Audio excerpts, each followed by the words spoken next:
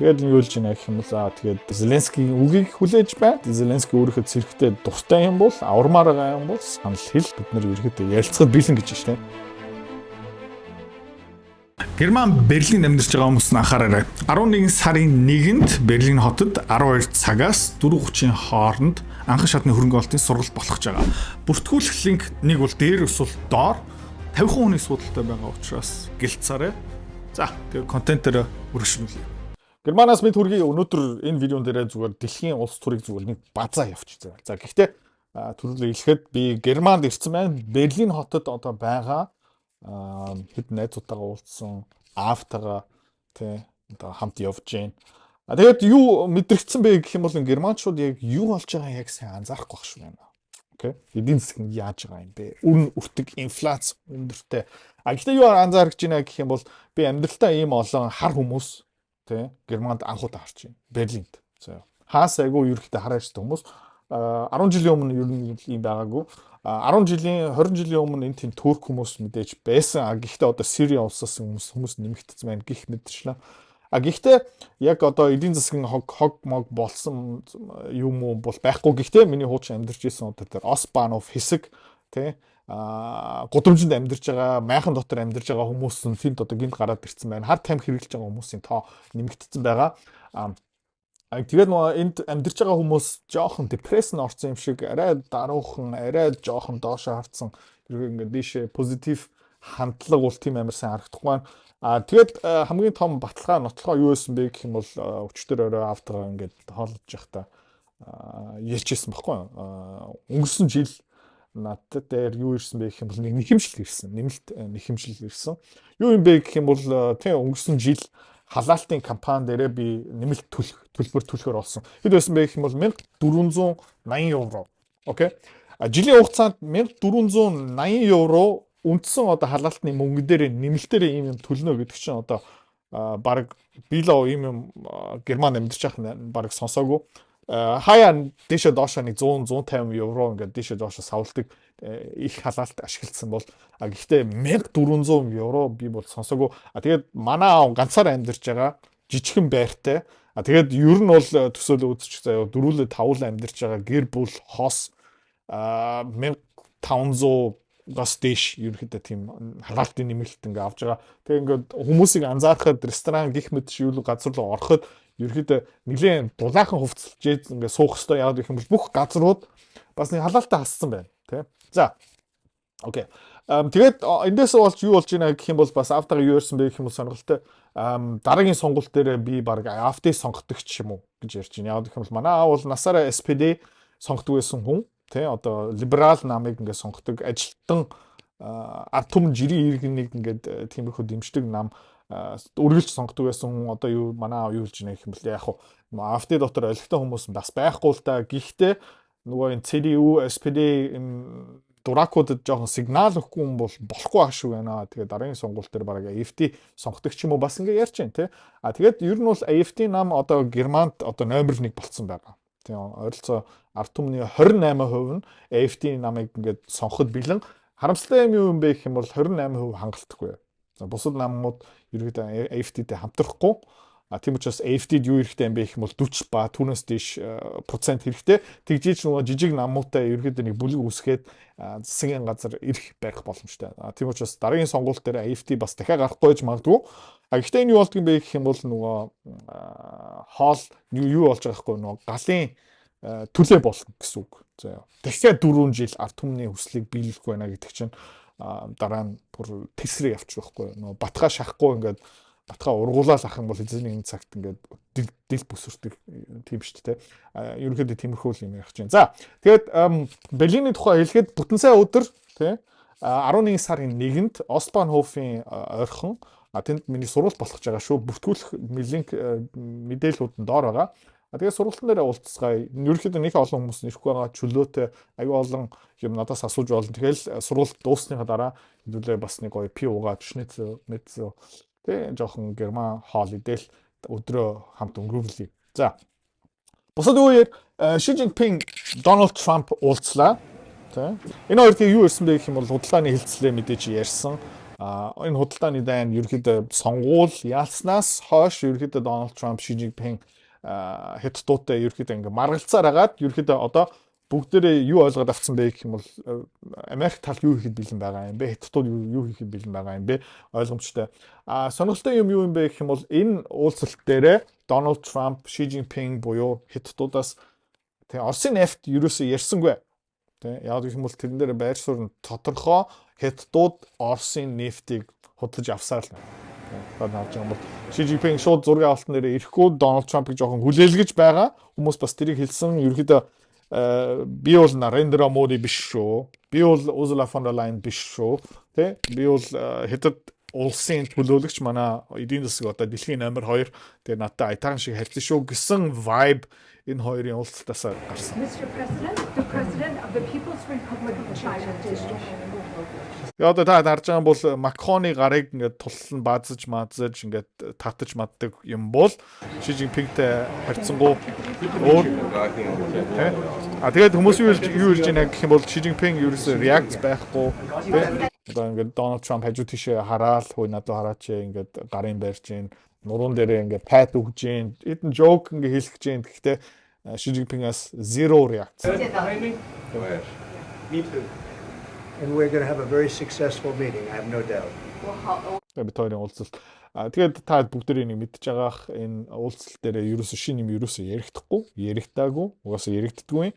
Ерөнхийдөө бүх юм урьдчилсан байдлаараа тодорхой болцсон. Тэгжээж ерөнхийдөө юм хоёр том өдөрлөг нэг ширээн дээр суун. Тэгээд энэ зүгээр проформа царай автсан болж магадгүй байхгүй. За тэгээд ерөнхийдөө энэ чуулганд It is a great pleasure for me as well to meet you. Энэ хоёр ерөнхийлөгч уулзахаас өмнө юу болж исэн бэ гэх юм бол чип дээр дайн болж исэн. Нефтэн дээр, санкц дээр дайны юу сэдв бас болсон. Зэвсэгний үйлдвэрлэл, газрын ховор элемент гих мэтчлээ. За тэгээ эдгээр бүгдээрээ баг зэрэг ингэ шийдэгдсэн байх шиг байна. Гэхдээ нэг юм та ойлгож авах ёстой. Энэ маргаан зүгээр өнөөдөр энэ хоёр ингэ уулзсан болохоор дуусан гэж байхгүй. Энэ цаана юу болж байна гэх юм бол Америк номер 1 байсан бол одоо баг зэрэг ингээ бодохгүй номер 1 болох гэдэг. Тэгээд энэ байдалтай Америкчууд эвлэрч чадахгүй. Тэ? Гэхдээ хятадууд ингээ бэр амсаж байгаа байхгүй. Энэ маргаан бол ингээл явж лээ. Ирэх 6, 7, 8 жилийн хугацаанд намтахгүй. And it feels very warm seeing you again because it's been many years. Тэгээ энэ хоёр ер нь ойлцоо нэг цаг 30 минут ярьсан гэж байгаа. Энэний дараа юу исэн бэ гэх юм бол янз бүрийн тариф ингээд юу процентуудаа багасгасан. Энээс болж ерөнхийдөө S&P 500 Dow Jones гэх мэтчнэ индексүүд баг зэрэг өсөлт гаргасан. Гэхдээ хүн болгон ерөнхийдөө Taco Trump-ыг уусаа мэдж байгаа. Тэ? Тэгээд юу болсон бэ гэх юм бол энэ Орос холбооны нефтний экспортын статистик гарч ирсэн. За та юу харж байна гэх юм бол Bloomberg-ийн мэдээлэл 2022 оноос 2025 оны одоо баг өнгөрсөн 7 хоног хүртэл мэдээлэл байгаа шүү. Энэ юу юм бэ гэх юм бол seaborne crude exports юу юм бэ гэх юм бол далаагаараа тээвэрлж байгаа нефт та юу харж байна гэх юм бол далаагаараа тээвэрлж байгаа Оросын нефтний объем ерөөсөө өөрчлөгдсөнгүй. Та энэ шард зураас юу юм бэ гэх юм бол тренд нь бүр ингээ өсөө явж байна.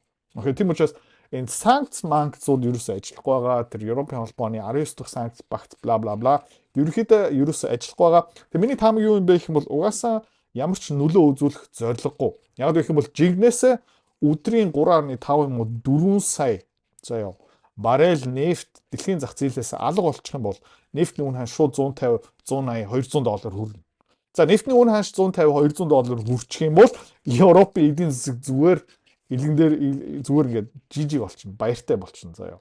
Окей. Тийм учраас энэ Европчууд энийг бүгдээрээ мэдж байгаа энэ Оросын нефт угаасаа гарч л таарна. Бид нэр зүгээр энэ урдаа ингээ попрод тэ мунаг царайлал явж байгаа. Ер нь бол онцгой шалтгаан. За. Тэгээ орлого нь жоохон буурж байгаа, нефтний үн ханш буурсан байгаа учраас гэхдээ ерөөхдөө хөөрхөн хэдэн тэрбум долларын орлого хэвээрээ байгаа.